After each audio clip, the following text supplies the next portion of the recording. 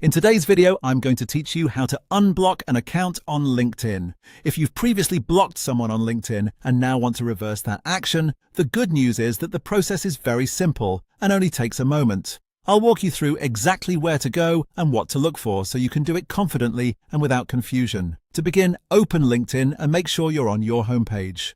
Once you're there, look toward the top of the screen and click the Me icon. This is the profile menu where LinkedIn keeps several account options and personal settings. When the drop-down menu appears, select Settings and Privacy. This section is where you can manage different parts of your account, including visibility, security, and interaction preferences. After you enter Settings and Privacy, move to the menu on the left-hand side of the page and click Visibility. This area controls what other people can see about your profile and also includes options related to blocking and profile viewing. Once you're inside the visibility section, find and click Blocked Members. Depending on your version of LinkedIn, you may need to scroll a little to locate it, but it will be listed among the visibility-related settings. When you open Blocked Members, LinkedIn will show you a list of the people you've blocked.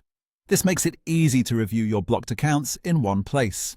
Find the person you want to unblock, then click Unblock next to their name. LinkedIn may ask you to confirm the action before completing it, so if a confirmation box appears, simply follow the prompt to finish.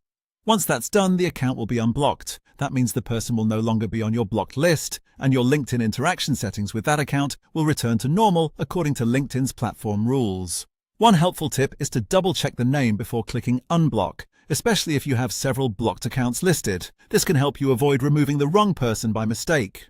Also, keep in mind that LinkedIn may apply certain limitations after unblocking, so if you plan to block the same person again later, there could be a waiting period, and that's all there is to it. As you can see, unblocking someone on LinkedIn is quick and straightforward once you know where to find the setting.